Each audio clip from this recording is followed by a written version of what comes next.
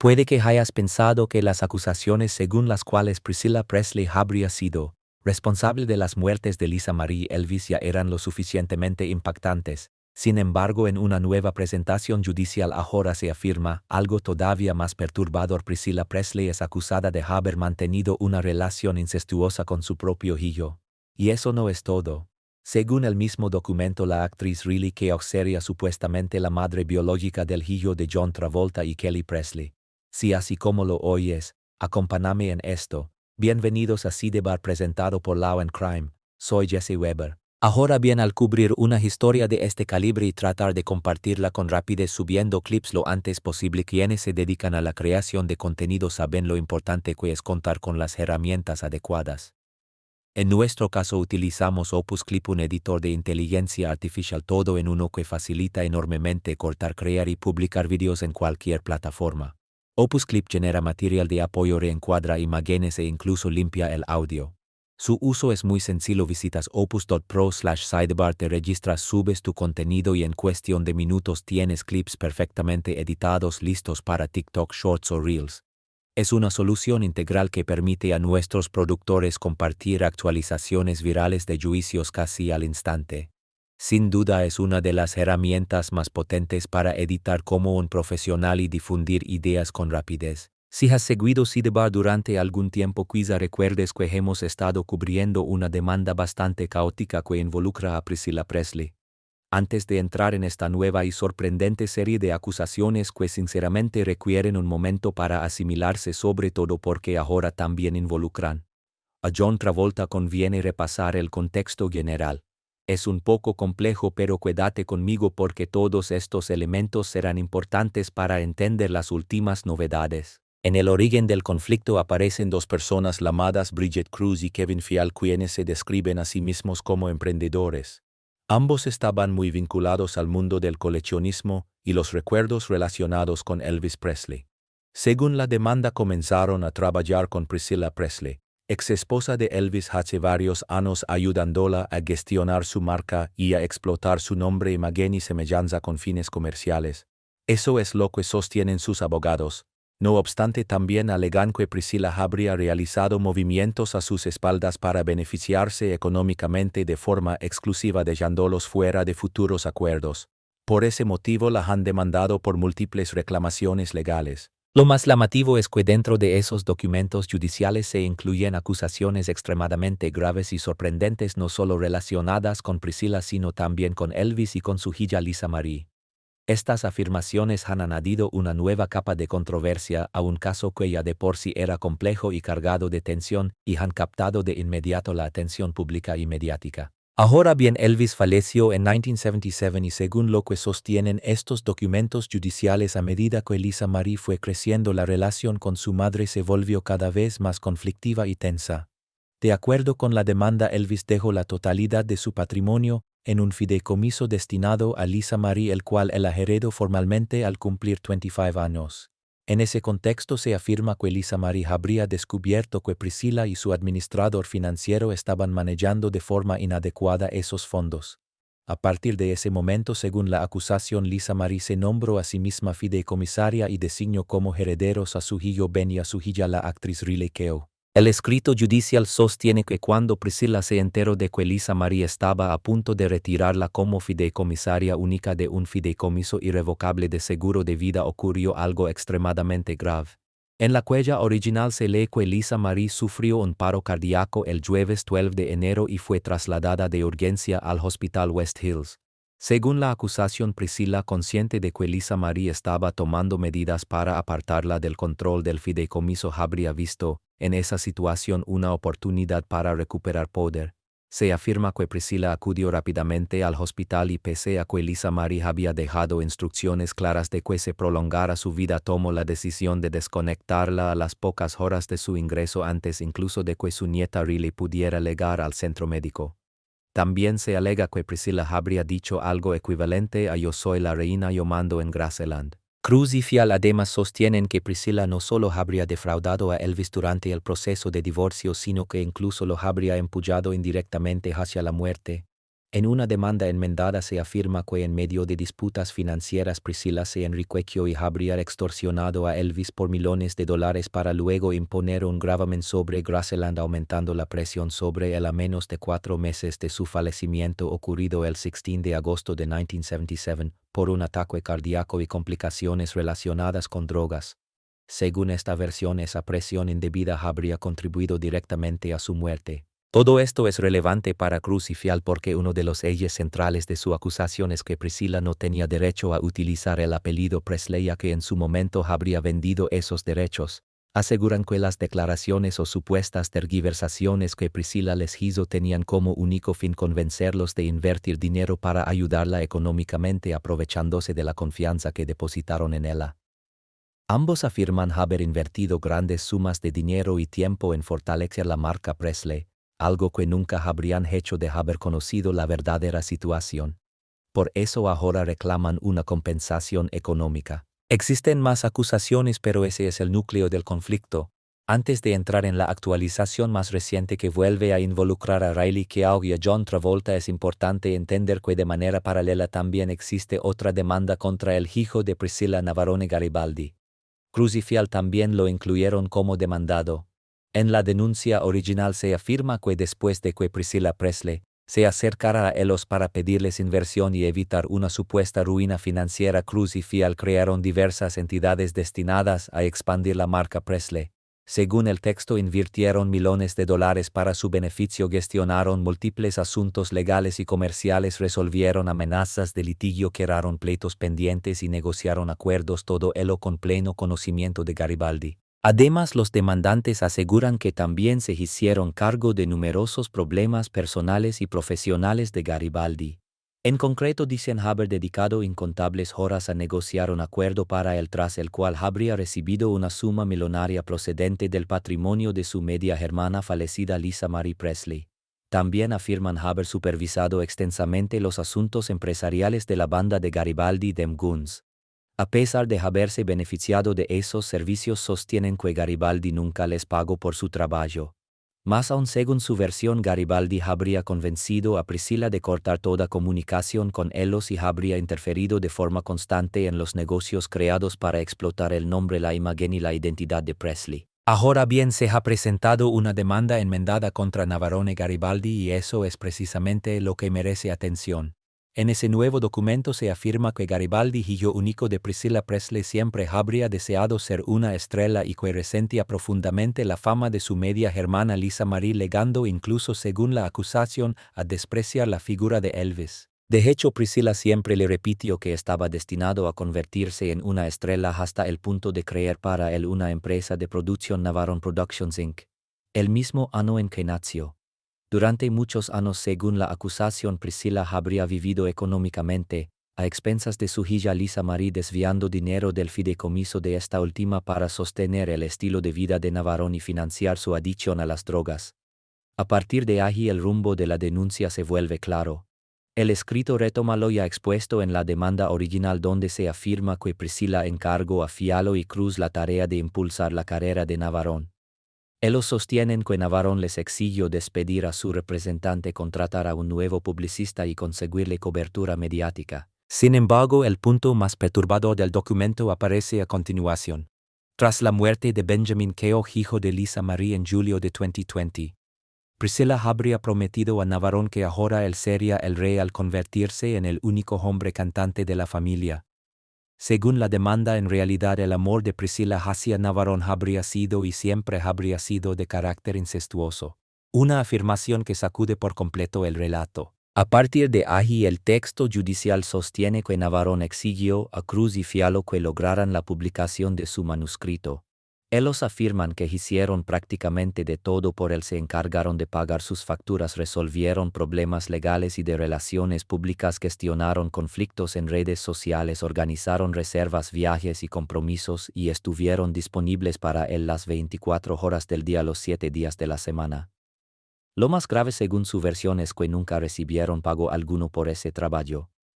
Incluso alegan que tuvieron que ocuparse de su proceso de divorcio y que Navarone les exigió pagar $30,000 a su entonces futura ex esposa.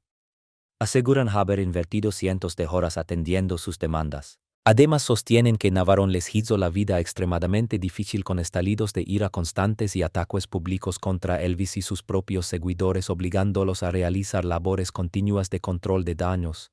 En la demanda se quitan supuestas publicaciones en redes sociales en las que Navarone llamaba a su hermana Lisa Marie serpiente, traicionera y maestra de la traición, acusándola de apuñalar por la espalda y afirmando incluso que su propia madre no la quería.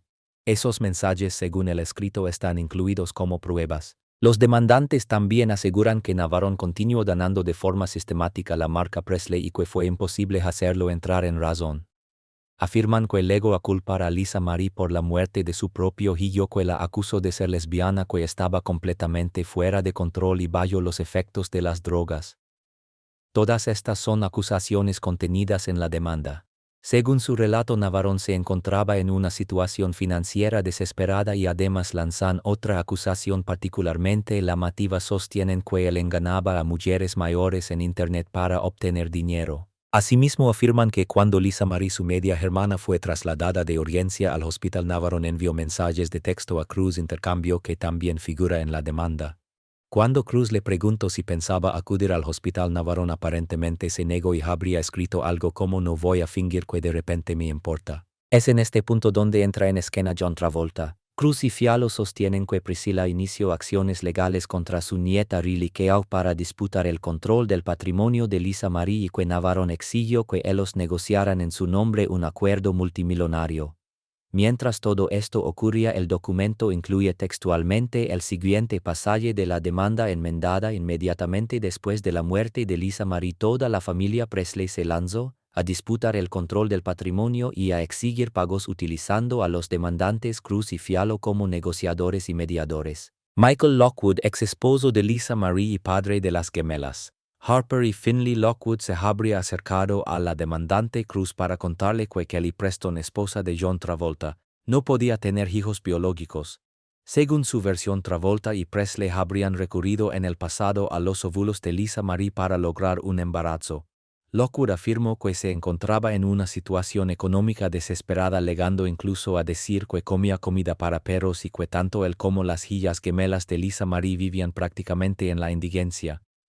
En ese contexto, Lockwood se presentó en el hotel de Cruz y le entregó diversos archivos que, para despistar a terceros, describía en mensajes de texto como si fueran música, de modo que nadie sospechara de las conversaciones que mantenían. Cruz y Fiallo relatan que intentaban manejar el caos constante provocado por los distintos miembros de la familia Presley, todos enfrascados en disputas y reclamos sobre la herencia de Lisa Marie.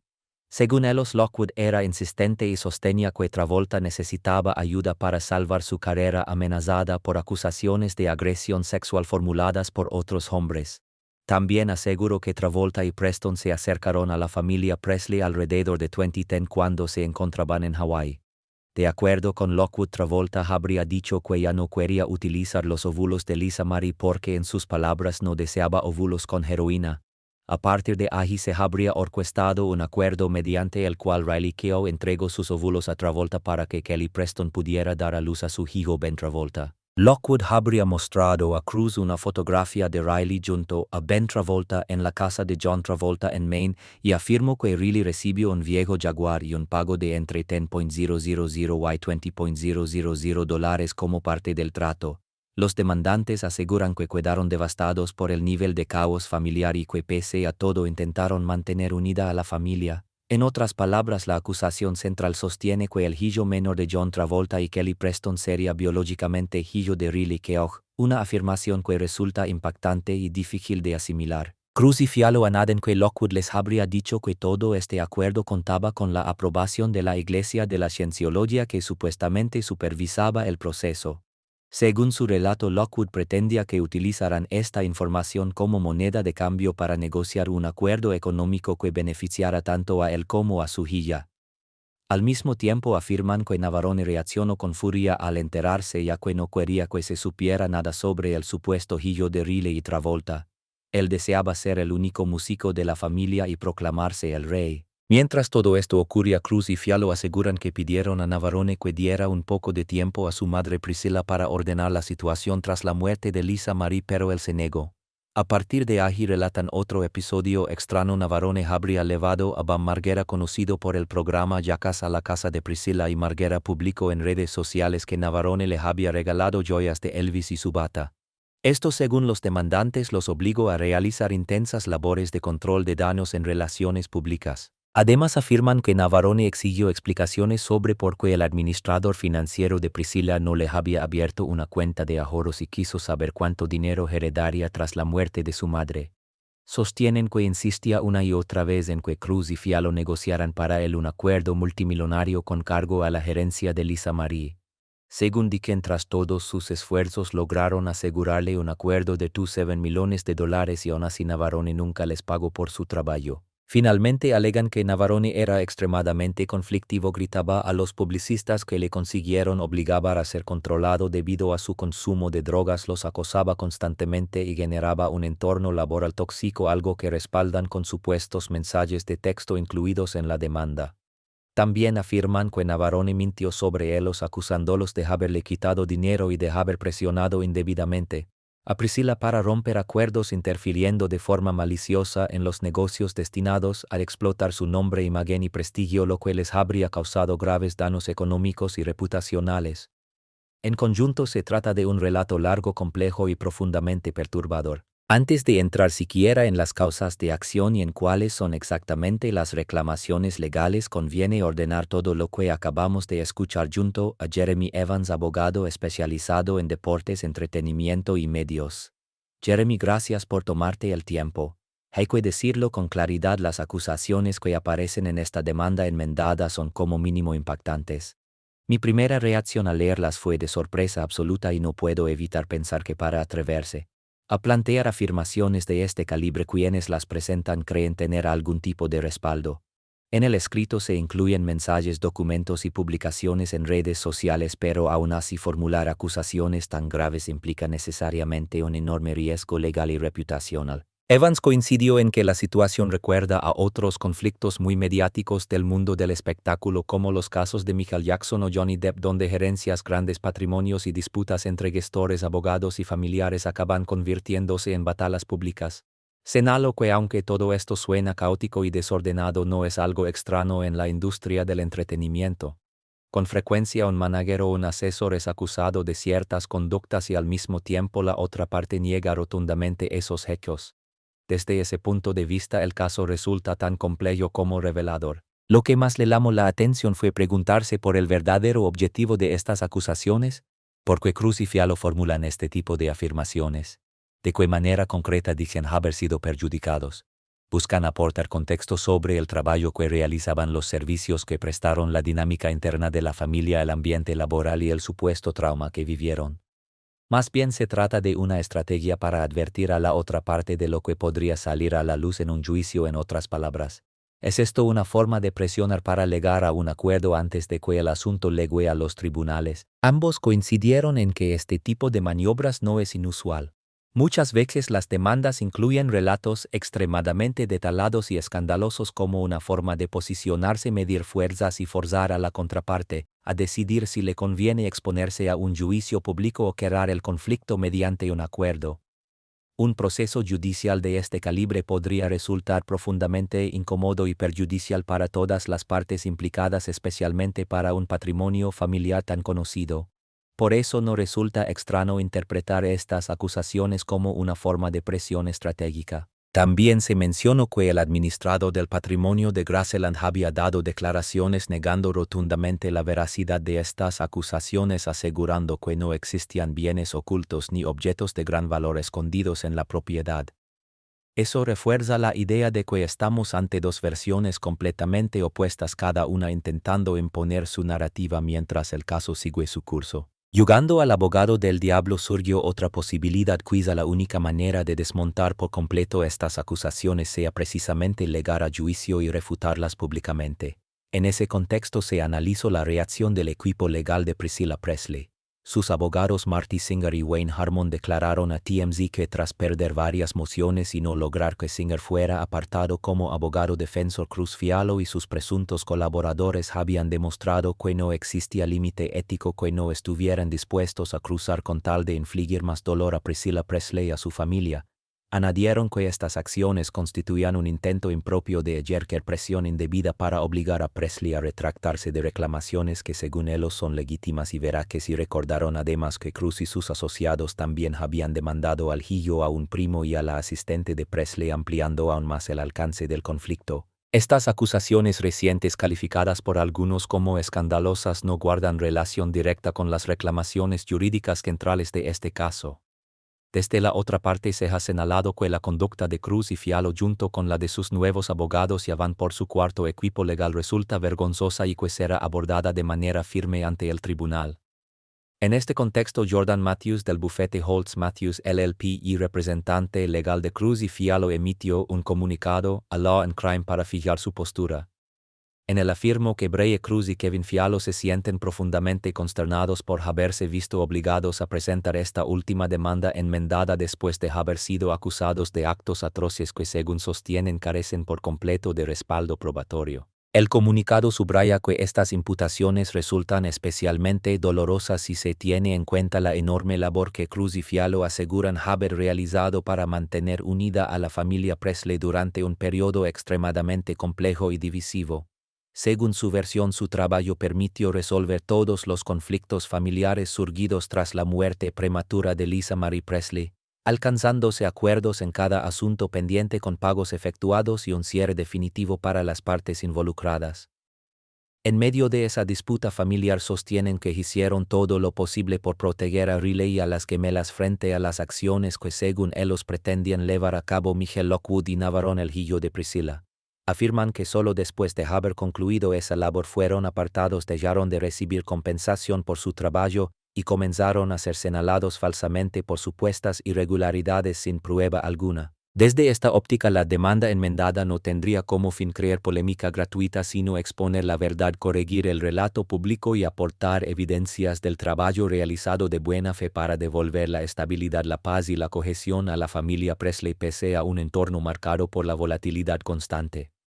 Cruz y Fiallo aseguran confiar en que la verdad prevalecerá y en que los tribunales no favorecerán a una de las partes únicamente por su estatus de celebridad. En consecuencia, su defensa afirma que perseguirán la justicia con determinación y que no tolerarán intentos de intimidación o difamación contra sus clientes. Ante este panorama surge la duda de si en realidad ambas partes desean que el conflicto llegue a juicio.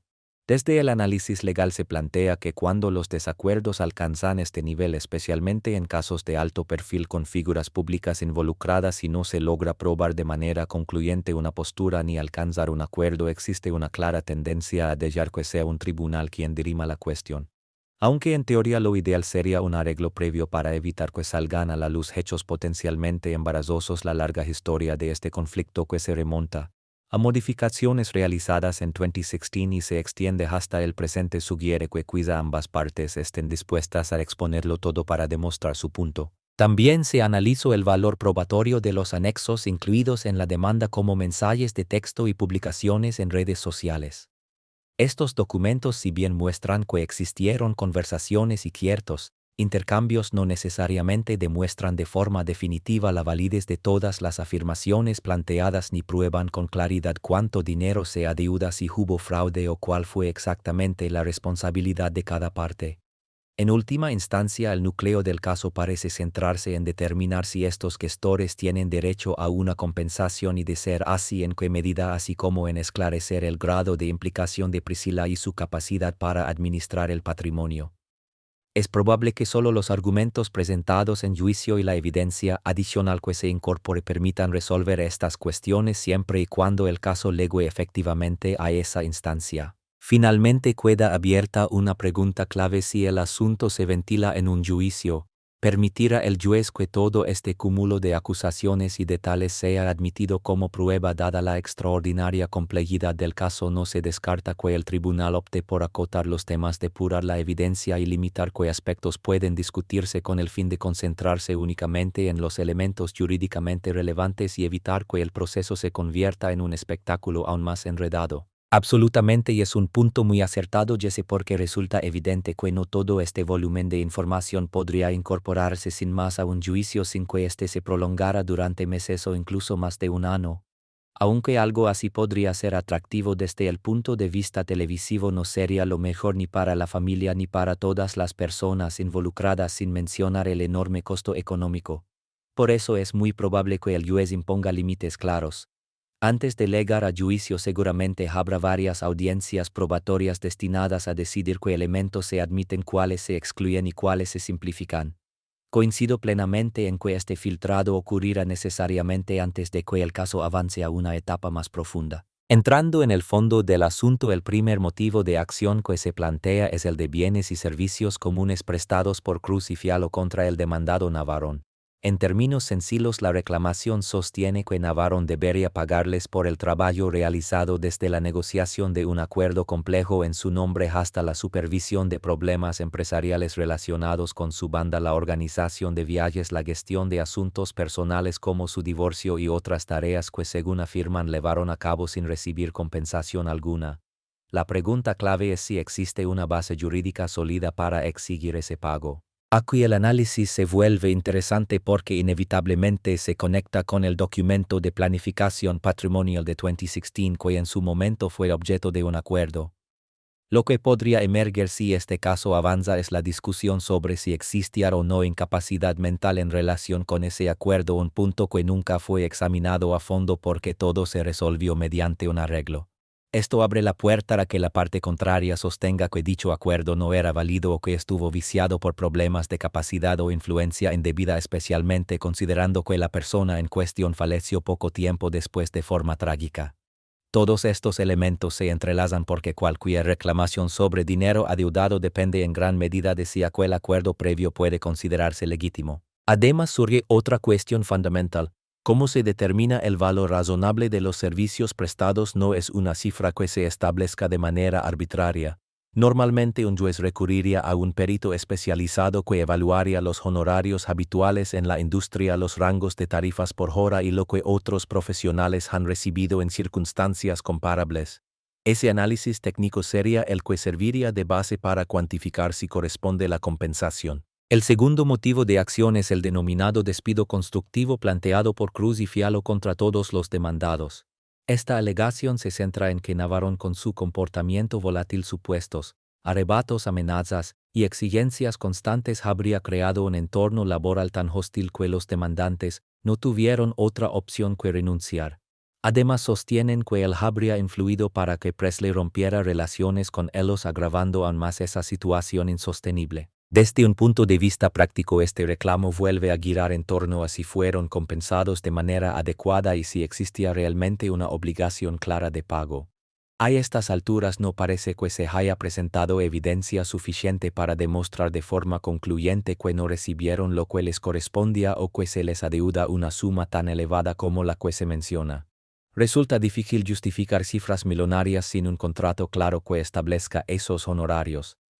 En ausencia de un acuerdo escrito con términos precisos, el caso se apoya en relatos contrapuestos, expectativas implícitas y percepciones subjetivas, lo cual es mucho más complejo de probar ante un tribunal que un contrato con condiciones expresas y delimitadas. En definitiva, el principal obstáculo para este tipo de reclamaciones radica en la falta de documentación contractual sólida. Sin ese respaldo de mostrar cuánto se debe, por qué se debe y bajo qué condiciones se generó esa obligación, será un desafío considerable si el caso llega a juicio. Sí, de hecho, lo primero que repiten en la Facultad de Derecho es precisamente eso: todo por escrito. Nada de contratos verbales. Este caso lo ilustra perfectamente. Gran parte del conflicto gira en torno al dinero. La tercera reclamación se basa en las sanciones por tiempo de espera previstas en la ley de California. Según esa normativa, cuando un empleado es despedido, el empleador debe pagarle todos los salarios adeudados en un plazo máximo de 72 horas. Aquí se alega que eso no ocurrió, que hubo perjuicios, pérdida de ingresos y que conforme a la ley los demandantes tendrían derecho a penalizaciones económicas. No está claro de cuánto dinero se trata, pero podría ser una cantidad considerable. Y esto conecta directamente con lo que señalabas antes, Jeremy, que es exactamente lo que les corresponde y bajo qué fundamento legal. Ese punto es especialmente interesante porque introduce una distinción clave si estas personas eran empleados o contratistas independientes. No es un detalle menor.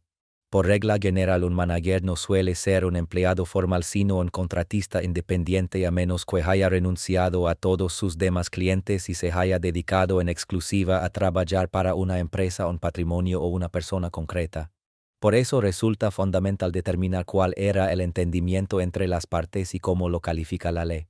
Si eran empleados, entonces existe la obligación de pagar todo lo que no esté en disputa en el momento de la terminación. Si en cambio eran contratistas independientes, la discusión se centra más bien en cuánto se adeuda exactamente y si corresponde o no el pago de intereses sobre esa cantidad. Hay otra reclamación que recuerda mucho a lo planteado en la demanda original, la acusación de que Navarone fue responsable o al menos contribuyó a romper la relación contractual entre Cruz y Fialo con Priscilla. Se trata del cuarto reclamo por interferencia intencional en relaciones contractuales. La tesis es que Navarone habría interferido de manera deliberada en los contratos que Priscilla tenía con Cruz y Fialo, así como en las empresas creadas para explotar su nombre, imagen y semejanza, y que por ello corresponderían daños punitivos o ejemplares. ¿Qué opinas de esta figura, Jeremy? Es una reclamación interesante pero también muy difícil de probar. En la práctica, muchos abogados especializados en este ámbito coinciden en que este tipo de demandas suelen ser complejas. Pensemos, por ejemplo, en una negociación contractual normal. Si una de las partes recibe asesoramiento legal y a partir de ese consejo decide no seguir adelante con un acuerdo porque no le conviene, eso no suele considerarse una interferencia ilícita. Si Priscilla actuó basándose en recomendaciones legítimas sobre cómo desvincularse de un acuerdo que no era favorable para él, a demostrar una interferencia indebida sería complicado. Otra cosa sería si quien intervino lo hizo para beneficiarse personalmente y fue más allá de un simple consejo profesional. En ese escenario quizá podría prosperar el reclamo, pero aún así la carga probatoria es alta. Hay un quinto reclamo que va en una línea similar y que, según tu análisis, también parece bastante especulativo: la interferencia intencional en relaciones económicas futuras. Aquí se sostiene que los demandantes y Priscilla mantenían una relación económica que probablemente habría generado beneficios significativos para ellos, que Navarone conocía esa relación y que la interrumpió al convencer a Priscilla de cortar vínculos con Cruz y Fialo. Como consecuencia, se alega que Priscilla incumplió sus obligaciones contractuales y que Navarone sabía, o al menos debía saber, que esa ruptura causaría un perjuicio sustancial. El daño, según esta versión, habría sido consecuencia directa de la conducta de Navarone. El problema con este tipo de reclamos es precisamente ese: probablemente no se trata de un beneficio concreto ya generado, sino de una expectativa futura. Por eso resulta más difícil de sostener. Hay que demostrar no solo que existía una relación económica, sino que era razonablemente seguro que habría producido ganancias importantes, y que la conducta del demandado fue un factor determinante en la pérdida de esa oportunidad. Esa carga probatoria suele ser compleja y en muchos casos termina siendo uno de los puntos más débiles de este tipo de demandas. Sí, y de hecho el propio concepto legal ya lo adelanta desde el título. Al tratarse de una relación prospectiva, la carga probatoria es aún más compleja. Para sostener este tipo de reclamación, normalmente habría que demostrar la existencia de un contrato o al menos algún tipo de acuerdo verbal, algo que estuviera pendiente de firmarse o de ejecutarse formalmente, o que se hubiera llevado a cabo de manera informal y luego se interrumpiera. Sin embargo, hay un matiz importante que probablemente influiría en la percepción de un jurado. Estamos hablando de una madre enfrentándose a asuntos profundamente familiares. En ese contexto siempre puede argumentarse que las decisiones no se tomaron para romper acuerdos comerciales por interés económico, sino para proteger a la familia, su reputación o su estabilidad emocional. Por eso este planteamiento sigue siendo altamente especulativo. Solo en el caso de que exista un contrato claro y se pueda demostrar que fue cancelado de manera indebida podría abrirse una puerta a una eventual compensación. Aún así, incluso en litigios completamente ajenos a dinámicas familiares, los daños prospectivos son notoriamente difíciles de probar y en muchas ocasiones jueces y jurados se muestran reacios a conceder este tipo de indemnizaciones. Así es como se encuentran las cosas por ahora. Habrá que esperar para ver cómo evoluciona el caso y qué nuevos elementos salen a la luz. Jeremy Evans, muchísimas gracias por dedicar tu tiempo y compartir tu análisis. Ha sido realmente esclarecedor.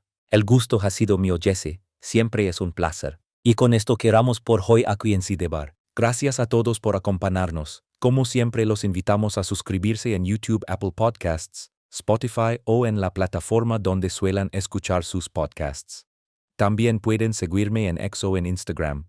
Soy Jesse Weber y nos reencontramos en la próxima ocasión. La próxima ocasión. La próxima ocasión. La próxima ocasión. La próxima